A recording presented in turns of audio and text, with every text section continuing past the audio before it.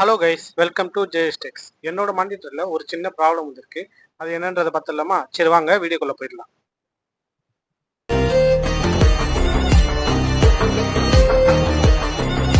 ஆரம்பிக்கலாங்களா?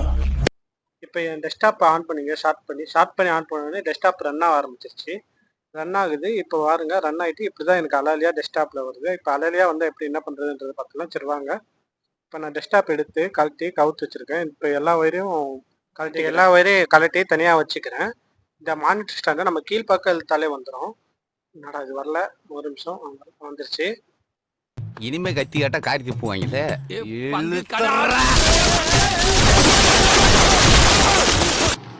இந்த monitor stand எடுத்த இடத்துல ஒரு ஸ்க்ரூ வரும், சின்ன ஸ்க்ரூ. அதை கலட்டி நம்ம தனியாக எடுத்து வச்சுக்கலாம். தனியாக எடுத்து வச்சுட்டு அந்த மானிட்டர் சென்டர்லேருந்து நம்ம நீக்கினாலே அது வந்துடும். ஒரு ஸ்க்ரூ ட்ரைவ் வச்சு நீக்கினாலே அது வந்து ஈஸியாக வந்துடும் நமக்கு. ஈஸியாக இங்கே பாருங்கள், இந்த மாதிரி நீக்கி எடுங்க. அது லாக்கு மாதிரி தான் இருக்கும். கொஞ்சம் பொறுமையாக எடுங்க, உடையறதுக்கு சான்ஸ் இருக்காது. பொறுமையாக எடுத்து இழுத்தாலே வந்துடும். இந்த மானிட்டரோட சைடில் கொஞ்சம் பார்த்து பொறுமையாக நீக்கி எடுங்க. அது உடையறதுக்கு சான்ஸ் இருக்குது. இது பார்த்தீங்கன்னா மானிட்டரோட பட்டனு தனியாக கழட்டு வந்துருச்சு. அதை எடுத்து ஓரமாக வச்சுக்கிறேன். பாருங்கள், மேலாக்கா தூக்குனாலே அது தனியாக வந்துடும். உங்களுக்கு தனியாக வந்துடும். அப்படியே எடுத்து அதை நான் தனியாக வச்சுக்கிறேன். இது மேல் பக்கம் வருது. அப்படியே குப்புற கவுத்து போட்டிங்கன்னா அப்படியே கீழ் பக்கத்துலேருந்து நீங்கள் சும்மா தூக்குனாலே வந்துடும். அது நீங்களே பாருங்கள், இது தூக்குறா வந்துருச்சு பாருங்கள். கண்ணு இல்லாத கவோரி பயல முழு கரப்பாம்பூச்சி மாதிரி கவுத்தி வச்சிருக்கானே பாவி.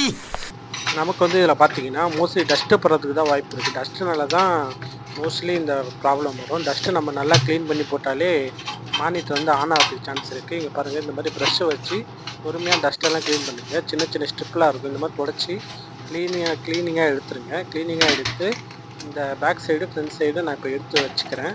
எடுத்து வச்சு இப்போ எப்படி கலட்டணுமோ அதே மாதிரி நம்ம மாட்டிடணும். இதுதான் மானிட்டரோட பட்டனு. இதை முதல்ல நான் ஃபிக்ஸ் பண்ணிக்கிறேன். மானிட்டரோட ஃப்ரண்ட் சைடில் இதை ஃபிக்ஸ் பண்ணணும். ஃப்ரண்ட்ஸில் ஃபிக்ஸ் பண்ணால் அந்த மானிட்டரோட பட்டன் இப்படி தான் வரும் உங்களுக்கு. இப்படி வந்து கரெக்டாக எடுத்து வச்சுட்டு இதை முதல்ல நான் எடுத்து வச்சுட்டு மானிட்டரோட ஃப்ரண்ட்டு சைடை எடுத்து நான் முதல்ல வந்து மாட்டிக்கிறேன். மானிட்டரோட ஃப்ரண்ட் சைடை கரெக்டாக சீட்டிங் ஆகிற மாதிரி நல்லா மாட்டிக்கோங்க. இதை மாட்டிட்டு கரெக்டாக சீட்டிங் இருக்கா என்ன இது செக் பண்ணுங்கள். அதுக்கப்புறம் அந்த மானிட்டரோட பட்டன் சைடில் இருக்கும், அந்த பட்டனை எடுத்து நல்லா உள்ளே விட்டு இது பண்ணி கரெக்டாக சீட்டிங் ஆகுதா அப்படின்றது பாருங்கள். பட்டன் வந்து எல்லாமே கரெக்டாக ஒர்க் ஆகுதா அப்படின்றது ஒரு வாட்டி அமைக்க பார்த்துருங்க, ப்ரெஸ் பண்ணி பார்த்துருங்க. அதுக்கப்புறம் இது பார்த்தீங்கன்னா மானிட்டரோட பேக் சைடில் வர பார்ட் இது. இதை வந்து கரெக்டான பொசிஷனில் வச்சு நீங்கள் வந்து ப்ரெஸ் பண்ணிங்கனாலே அது கொஞ்சம் கரெக்டாக லாக் ஆகிருக்கும்.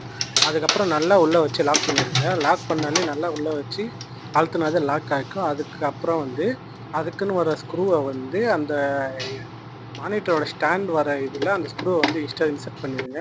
இன்சர்ட் பண்ணிட்டு மானிட்டரோட ஸ்டாண்டை எப்படி எடுத்தோமோ அதே மாதிரி ஃபிக்ஸ் பண்ணிடுங்க. இப்போ மானிட்டரோட எல்லா பார்ட்டையும் மாட்டிட்டு இப்போ ஆன் பண்ணி பார்க்குறேன். நல்லாவே ஒர்க் ஆகுது, எந்த வித ப்ராப்ளமும் தெரியல. இப்போ இந்த வீடியோ பிடிச்சிருந்தா லைக் பண்ணுங்கள், ஷேர் பண்ணுங்கள், சப்ஸ்கிரைப் பண்ணுங்கள்.